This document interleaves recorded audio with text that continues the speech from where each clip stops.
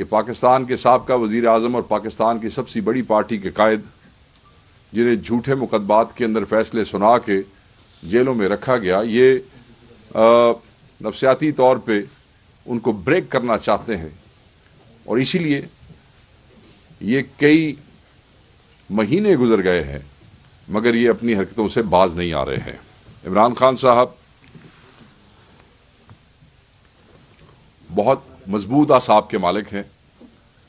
وہ اس قسم کے ہتھ کنڈوں سے تو نہیں ٹوٹ سکتے، مگر یہ پاکستان تحریک انصاف کو کسی بھی حوالے سے برداشت نہیں ہے کہ ان کے قائد کو اس قسم کی سختیوں سے گزارا جائے۔ عمران خان صاحب سے 6 مہینوں میں صرف ایک دفعہ سیاسی ملاقات جو ہے وہ الاؤ کی گئی ہے۔ اپنے ذہن میں رکھیے گا کہ ملاقاتیں جو ہے وہ تھرسڈے اور ٹیوزڈے کو جو ہے وہ کروائی جاتی ہے،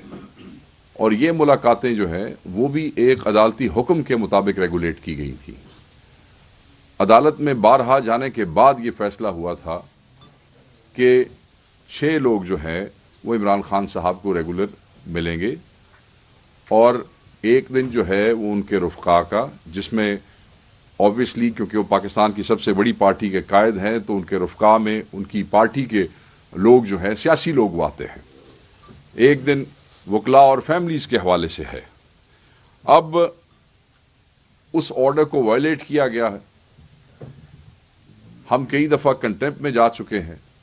یاد رکھیے گا کہ ہمارے لوگوں کو، پارلیمنٹیرینز کو، سینیٹرز کو، ایم این ایز کو، ایم پی ایز کو، ان کو اس سٹینڈنگ آرڈر انسٹرکشنز کے باوجود وہ کہ قیدی سے ملنا اور قیدی کا اپنے وکلاء سے، قیدی کا اپنے رفقا سے، قیدی کا اپنی فیملی کے لوگوں سے ملنا، یہ بھی پرزنرز رائٹس میں یہ ان کا حق ہے، قانون ان کو یہ اجازت دیتا ہے، مگر اس کے باوجود ہمارے لوگوں کو ملنے کے لیے عدالت میں جانا پڑتا ہے۔ عدالت جب احکامات دے بھی دیتی ہے اس کے باوجود یہ ملنے نہیں دیتے ہیں، اور اس میں پھر آپ کو کنٹیمپٹ میں جانا پڑتا ہے۔ اور شرم کی بات یہ ہے کہ عدالتوں کے احکامات ایسے ہوا میں اڑائے جا رہے ہیں کہ ان کنٹیمپٹس کے موو ہونے کے باوجود جو ہے لوگوں کو ریفیوز کیا جاتا ہے۔ آپ نے کئی دفعہ رپورٹ کیا، خود آپ کے چینلز نے، آپ کی اخبار، کہ جناب اڈیالہ کے جو ہے وہ جیلر کو بلایا گیا ہے کنٹیمپٹ آف کورٹ کے اندر کہ اس نے اس آرڈر کی جو ہے حکم عدولی کی ہے، پر اس کے باوجود ہر دفعہ وہ کمٹمنٹ دے بھی آتے ہیں اور یہ چیزیں پھر ایسے چلتی رہتی ہیں۔ اب ہم دوبارہ ہائی کورٹ میں گئے ہیں، مگر بہرحال معاملہ جو ہے وہ سست روی کا شکار ہے۔ خان صاحب سے ملاقات کے لیے نہ صرف سیاسی رفقا کو روکا جاتا ہے، سیاسی رفقا میں اگر میں بات کروں گا تو اتنی بڑی پارٹی کے قائد جو ہیں بہت سے فیصلے ہوتے ہیں، اور یہ ہم قانون کی حدود میں رہتے ہوئے گفتگو کرنا چاہتے ہیں، قانون کی حدود میں رہتے ہوئے اپنا حق مانگنا چاہتے ہیں، ان کی طرف سے بھی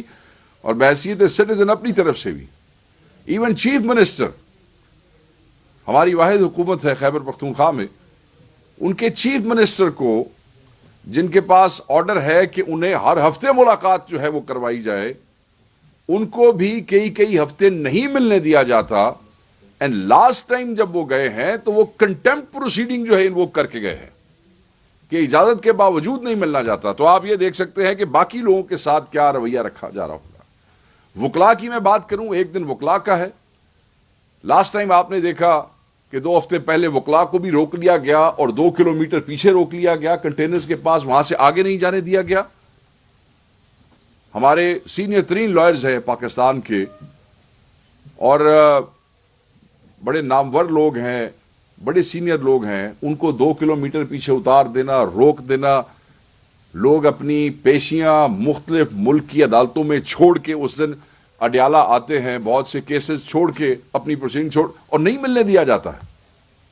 اب یہ جو لاسٹ ٹائم وکلاء کی ملاقات ہوئی ہے، 6 وکیل جو ہیں ان کی اجازت ہے، 6 وکلاء کی اجازت ہے، اور ملنے کے لیے صرف 4 وکلاء کو،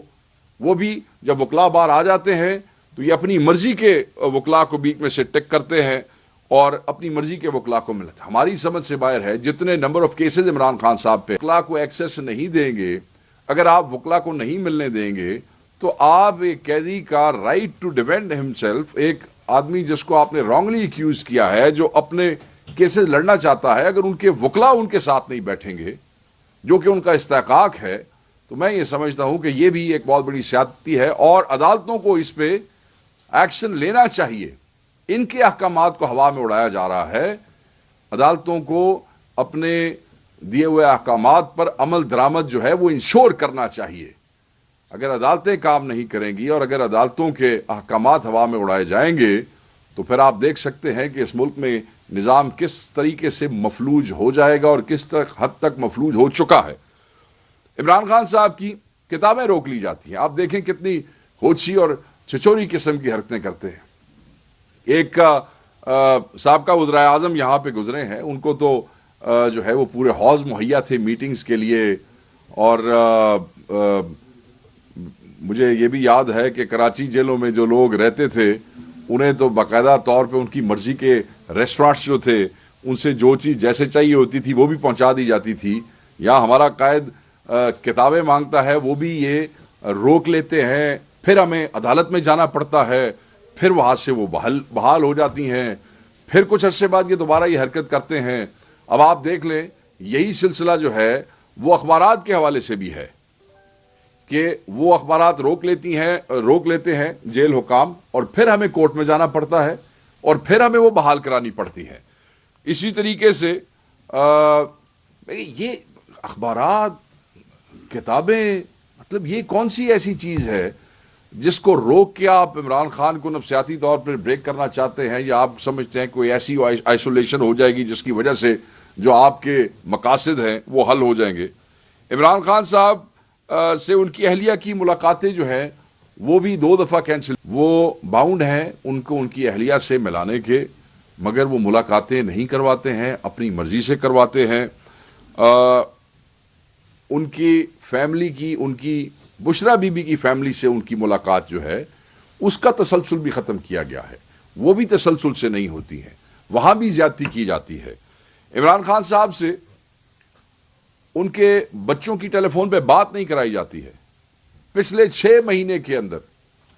4 دفعہ بات ہوئی ہے. 6 مہینے کے اندر 4 دفعہ بات ہوئی ہے. ہم عدالت میں گئے ہیں, عدالتی حکم کے مطابق جیل حکام پابند ہیں کہ عمران خان صاحب کے بچوں کی ہر ہفتے ان سے بات کروائی جائے, مگر یہاں ہماری سمجھ سے بالا تر ہے کہ پنجاب میں یہ جو فسطائی حکومت ہے جن کے ماتحت یہ جیلیں ہیں, یہ بچوں کی بات جو ہے وہ نہ کروا کے یہ کون سا ہدف حاصل کرنا چاہتے ہیں. عمران خان صاحب نے, اور یہ قانون اور یہ عدالت کا جو آرڈر ہے وہ بڑا واضح کہتا ہے کہ every week they must ensure this. وکالت نامے نہیں دیے جاتے. آپ کو پتا ہے کہ کتنے زیادہ کیسز ہیں اور ہر کیس کے اندر وکیل کو وکالت نامہ چاہیے ہے. پھر ایک دفعہ نہیں, بیلز کے لیے علیحدہ چاہیے ہے, پھر کسی نیکسٹ پروسیڈنگ کے لیے علیحدہ چاہیے ہے, وکیل چینج ہو جاتا ہے اس کے لیے وکالت نامہ علیحدہ چاہیے. بٹ نہیں, ہمارے وکلا چکر لگاتے رہتے ہیں. کوئی پٹیشن جو ہے وہ کروانی ہو, دستخط, کوئی وکالت نامہ کروانا ہو, کوئی ڈاکیومنٹ کروانا ہو, تو کئی دن پھرتے رہتے ہیں, کئی گھنٹے ان وکلا کے ضائع کیے جاتے ہیں. اگر 10 وکالت نامے اندر دیے جاتے ہیں تو صرف مر کے 2 وکالت نامے جو ہیں وہ صحیح کر کے واپس آتے ہیں. مطلب یہ کہ آپ ان کی یہ کتنے گری ہوئی حرکتیں یہ کر رہے ہیں, ان سے ان کی ذہنی حالت کا اندازہ ہوتا ہے. اب وکالت نامے ایک ایسی چیز ہے جو ہمیں انصاف کے لیے عدالتوں میں رجوع کرنے کے لیے چاہیے, مگر اگر آپ وہی ایکسس نہیں دیں گے تو عدالتی احکامات کو ایسے ہی ہوا میں اڑاتے رہیں گے, تو میں یہ سمجھتا ہوں کہ پھر چیزیں جو ہیں وہ احتجاج کی طرف جاتی ہیں, پھر چیزیں ایجیٹیشن کی طرف جاتی ہیں, پھر لوگ جو ہیں ان کے رویے تبدیل ہوتے ہیں. تو پھر تو ہم یہ سمجھتے ہیں کہ آپ جان کے یہ کر رہے ہیں, آپ چاہتے ہیں کہ اس قسم کی چھچوری حرکتیں کی جائیں تاکہ جو ہے پاکستان تحریک انصاف کا ورکر جو ہے اس کو آپ اشتعال دلانے کی کوشش کر رہے ہیں. اور میں آپ کو منع کروں گا اس سے کہ یہ کام نہ کریں. جتنا آپ نے اس ملک کا, خصوصاً پنجاب کا آپ نے کباڑہ کر دیا ہے, اس کے بعد یہ حرکتیں ابھی بھی آپ جاری رکھیں گے تو یہ آپ کے لیے بہت کاؤنٹر پروڈکٹیو ہوگا. عمران خان صاحب سے جو لاسٹ ملاقات ہوئی ان کی فیملی کی اور ان کے وکلاء کی، آئی مسٹ سے کہ he was as energetic as ever, اور ان کی صحت جو تھی وہ بالکل ٹھیک تھی، وہ بالکل تکڑے تھے. آپ کو یاد ہوگا کہ ایک ٹویٹ جو تھی اس نے ہمارے ورکرز کو through out the world, Pakistan میں تو لوگ ہیں ہی ہیں، جو پوری دنیا میں لوگ ہیں جو خان صاحب سے محبت کرتے ہیں، ان میں ایک بے چینی سی پیدا ہو گئی تھی، اور وہ ہمارے لیے بھی پریشان کن تھا، گو کہ ہمیں سورسز بتا رہے تھے کہ ایسا نہیں ہے، مگر ہمارے لیے بڑا مشکل ہو گیا. اور الحمدللہ جب خان صاحب سے ملاقات ہوئی، ان کی فیملی کی، ان کے وکلاء کی، تو یہ ثابت ہوا کہ وہ ٹویٹ جو تھی وہ جھوٹی تھی، ایک پروپیگنڈا تھا، اور پھر ری ٹویٹس اینڈ دین اس کے اوپر مجھے تو سمجھ نہیں آتی کہ کئی چینلز نے اور پھر کئی اخبارات نے بغیر تحقیق کے، حالانکہ چینلز اور اخبارات کے نمائندوں کے اپنے کانٹیکٹس بھی وہاں ہوتے ہیں، ویڈ رپورٹرز ہوتے ہیں، وہ جاتے ہیں، تحقیق کے بغیر ہی وہ چلایا، جس کو ہم نے بڑی مشکل سے جو ہے. الحمدللہ جب خان صاحب سے ملاقات ہوئی، he was as healthy as ever, اور بالکل وہ ٹھیک تھے. اب میں پھر دیکھ رہا ہوں ایک دو دنوں سے کوئی سرکاری درباری قسم کے الائنڈ دوست، میں سب کا نہیں کہتا، کچھ سرکاری درباری الائنڈ جرنلسٹ ہیں جو اس قسم کی ٹویٹس وغیرہ دوبارہ انہوں نے شروع کی ہوئی ہیں. میں صرف یہ کہوں گا کہ عمران خان صاحب جو ہیں وہ ان کا ریگولر چیک اپس ہوتے ہیں، اور ایک تو چیک اپ ہوتا ہے کہ اگر خدا نخواستہ اچانک کوئی بیمار ہو جائیں تو اس کے حوالے سے ہوتا ہے، مگر ایک ریگولر چیک اپس ہیں جو ویسے بھی جیل میں لوگوں کے ہوتے ہیں، اور خان صاحب کے لیے بھی کہا گیا ہے، اور ہم بارہا کہہ چکے ہیں کہ جو ریگولر چیک اپس ہوتے ہیں اس میں بھی ذاتی معالج جو ہے اس کی ایکسس بہت ضروری ہے، which has been denied many Times. وہ یہ ہوتا ہے کہ پھر وہ جو ان کے سرکاری ڈاکٹرز کا پینل ہے وہ آ جاتا ہے، تو پھر کئی دفعہ وہ لکھ کے دے دیتا ہے، تو پھر جو ہے ذاتی معالج کی ایکسس. تو اس کے لیے یہ ہے کہ ہم دوبارہ عدالت میں جائیں گے کہ ریگولر چیک اپس جو ہیں وہ زیادہ فریکوینٹ ہونے چاہیے. گو کہ دیر از نو ایشو ود خان صاحب ہیلتھ، بٹ اس کے باوجود ریگولر چیک اپس جو ہیں وہ فریکوینٹ ہوں، اور اس میں اس پینل میں ہمارے ڈاکٹر کو، یعنی کہ جو عمران خان صاحب کے ذاتی جو معالج ہیں ان کا شامل ہونا بہت ضروری ہے، تاکہ کروڑہا لوگ جو خان صاحب کے چاہنے والے ہیں اور ان کی پارٹی کے لوگ ہیں، ان کے ووٹرز ہیں، ان کے ویل وشرز ہیں، ان کو ایک تسلی ہو. اس حوالے سے یاد رکھیے گا، عدالتیں بار بار کہہ چکی ہیں، ایک دفعہ نہیں، وہ بار بار کہہ چکی ہیں. عمران خان صاحب سے آپ کو یاد ہوگا چند ماہ پہلے وہ جو 20 دن سلوک کیا گیا تھا، جس میں لائٹس وائٹس بند کی گئی تھی، کھانے کے حوالے سے ایشوز کریٹ کیے گئے تھے، آپ کو یاد ہے خان صاحب کی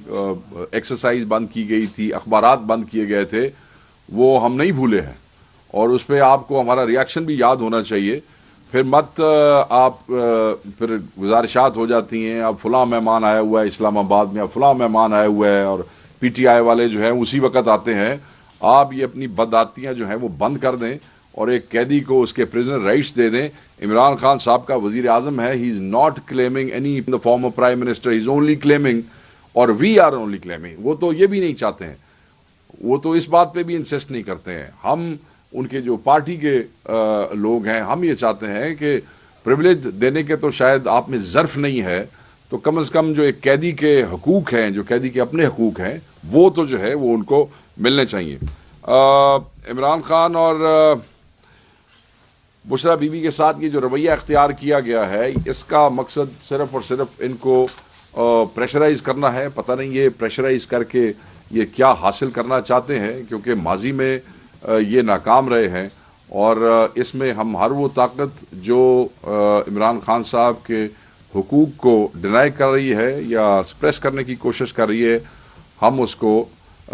جو ہے اس کی مذمت کرتے ہیں. اور آج اس پریس کانفرنس کے تھرو ہم ڈیمانڈ کرتے ہیں جوڈیشری سے، ججز سے، کہ آپ کے احکامات کا اڈیالہ میں آن ڈیلی بیسس جو ہے وہ مذاق اڑایا جا رہا ہے، ان کو ہوا میں اڑایا جا رہا ہے. آپ کی کنٹمپٹ پروسیڈنگز جو ہوتی ہیں اس میں آ کے وہ جواب دے دیتے ہیں، but they don't take it seriously. So they don't take it seriously, we would request you to take it seriously. اس لیے کہ یہ تو دیکھیں، یہ تو صرف ملاقاتوں کی بات ہے، یہ تو صرف ایکسس کی بات ہے، یہ تو صرف بنیادی حقوق ایک پرزنرز کے اس کی بات ہے. اگر اس پہ آپ کے احکامات کی کہ یہ معاملات ہیں کہ ان کے رفقا کو، ان کے وکیلوں کو، ان کی پارٹی کے لوگوں کو ملنے نہیں دیا جا رہا، تو جب جو بڑے بڑے چیلنجز سامنے ہیں، جو بڑے بڑے کیسز سامنے ہیں اس پہ پھر ہم کیا توقع کر سکتے ہیں کہ آپ کے احکامات جو ہے ان میں کیا وزن ہوگا، ان کے اندر حکومت کیا کر رہی ہے، کس طریقے سے پروسیکیوشن جو ہے. سو یہ ساری چیزیں بڑا میٹر کرتی ہیں. تو ہم کہیں گے کہ یہ خان صاحب کے ریگولر چیک اپس جو ہیں وہ فریکوینٹ کریں، اس میں ہمارا ڈاکٹر جو ہے شامل کریں، ایکسس دوبارہ دیں. وکلا 6 الاؤ ہیں، ان کو 6 کے 6 کو ریگولر ملنے دیا جائے. جس وقت ان کے وکالت نامے جائیں، جس وقت کوئی پٹیشنز دے جائیں کو فوری ان کے حوالے کر کے دیا جائے. اور جو فیملی ہے اس کو بھی ایکسس جو ہے وہ پوری دی جانی چاہیے. اگر ایسے نہیں ہوگا تو سخت ریاکشن آئے گا، اور پھر آپ جو ہے گلے کرتے ہیں اور پھر روتے دھوتے ہیں ٹی وی چینلز کے اوپر بیٹھ کے کہ دیکھیں جی یہ ایسے ہو رہا ہے اور ویسے ہو رہا ہے. تو ایسے ویسے نہیں ہوگا. ہم کسی بھی حوالے سے یہ جو ان کے حقوق کو سلب کرنے کی کوشش کی گئی ہے اس کو ہم ایکسیپٹ نہیں کریں گے. ایک اور چیز ہے ویری شارٹ، آج کئی اخباروں کے اندر میں نے وزیر اعظم کے رمضان پیکج کو وہ دیکھا ہے، اور کئی جگہوں پہ تو بڑے اہم لوگوں سے بھی اوپر جا کے سرخیاں جو ہیں وہ لگی ہوئی ہے. میں اس حوالے سے یہی کہوں گا کہ ہمارے وقت میں احساس پروگرام تھا جس میں ایک بندے کی کمپنسیشن 15,000 تک بھی پہنچی تھی. آج کے دور میں 40 لاکھ فیملیز نہیں 40 لاکھ لوگ ہیں جو پیکج جو میں نے آج پڑھا ہے اس میں 20 ارب کے حوالے سے یہ ان کو وہ کمپنسیٹ کر رہے ہیں، جس میں 5,000 پر پرسن جو ہے وہ آیا ہے. تو جس وقت ہم احساس پروگرام کے حوالے سے 15,000 تک وہ جو ہے وہ کر رہے تھے، وہ دن اور آج کے دن میں مہنگائی کا تناسب جو ہے وہ 5% مطلب ہے 5 گنا زیادہ مہنگائی ہو گئی ہے. آپ جو ہیں وہ وفاقی حکومت ہیں، یہاں صوبائی حکومت نے جو رمضان کا پیکج اناؤنس کیا ہے اس میں وہ 10,000 وہ کر رہے ہیں. آپ وفاقی حکومت ہے، آپ کی حکومتوں کے پاس، آپ کی پارٹی کی حکومتوں کے پاس جو ہے وہ 60 صفوں کے سپلیمنٹس دینے کے لیے کروڑوں اربوں روپیہ ہے. ہر آدھے منٹ کے بعد اس کے بعد چینل کے اوپر اپنی ذاتی تشہیر اور پروجیکشن کرنے کے لیے آپ کے پاس کروڑہ روپیہ ہے. آپ کے پاس ہارس اینڈ کیٹل شو جو ہے وہ بھی سنا ہے کہ اس پہ بھی کروڑ ہار جو ہے، صرف چند کروڑ نہیں کروڑوں روپے جو ہیں. somebody said کہ billion plus 1 billion 27 crores exactly ہم نے جو ہے وہ دائر کر دیا ہے عدالت میں کہ پچھلے پورے 1 سال میں جو ان کی پنجاب حکومت جو سپینڈ کرتی رہی ہے اس کی تفصیلات کے لیے، تو وہ بھی سامنے آ جائیں گی. تو ہم یہ سمجھتے ہیں کہ یہ اللے تللے یا یاشیاں یہ سیلف پروجیکشن پہ کی گئے خرچوں کی بجائے بہتر ہوتا کہ یہی پیسے آپ رمضان کے حوالے سے قوم کے ان بچوں، ان فیملیز اور ان لوگوں کو دے دیتے جن کے نام پہ باہر سے بھیک مانگ کے لاتے ہیں، جن کے نام پہ باہر سے لون لے کے آتے ہیں، یا جن کے ہڈیوں سے نچوڑے گئے خون کا وہ جو ٹیکس کا پیسہ ہے وہ آپ اپنی عیاشیوں پہ اڑانے کی بجائے اگر وہ اس پیکج میں دے دیتے تو یہ شاید زیادہ مناسب ہوتا. اگر ایک صوبائی حکومت مینیج کر سکتی ہے تو پھر وفاقی حکومت کا مینیج کرنا ضروری تھا. تو وہ اٹس جسٹ اے جوک. مہنگائی کا تناسب، دی اماؤنٹ آف منی، ٹھیک ہے آپ مینیج کر لیتے ہیں سرخیاں لگوانا، جب اس قسم کے حالات ہو تو سرخیاں لگ جاتی ہوتی ہیں. مگر میں سمجھتا ہوں کہ یہ چیز جو ہے جس طریقے سے آپ کرنا چاہتے ہیں اس طریقے سے نہیں ہوگی. اشتہارات کو سیاسی رشوت کے طور پہ استعمال کر کے اگر آپ سمجھتے ہیں کہ ذاتی پروجیکشن ہو سکتی ہے تو نہ پہلے کبھی ایسے ہوا نہ ہوگی. لوگ آپ کو حقیقی مانتے ہی نہیں ہے تو آپ جتنے مرضی اشتہارات دے لیں، جتنے مرضی یہ اسکٹس کر لیں، it will not be productive. Thank you very much sir.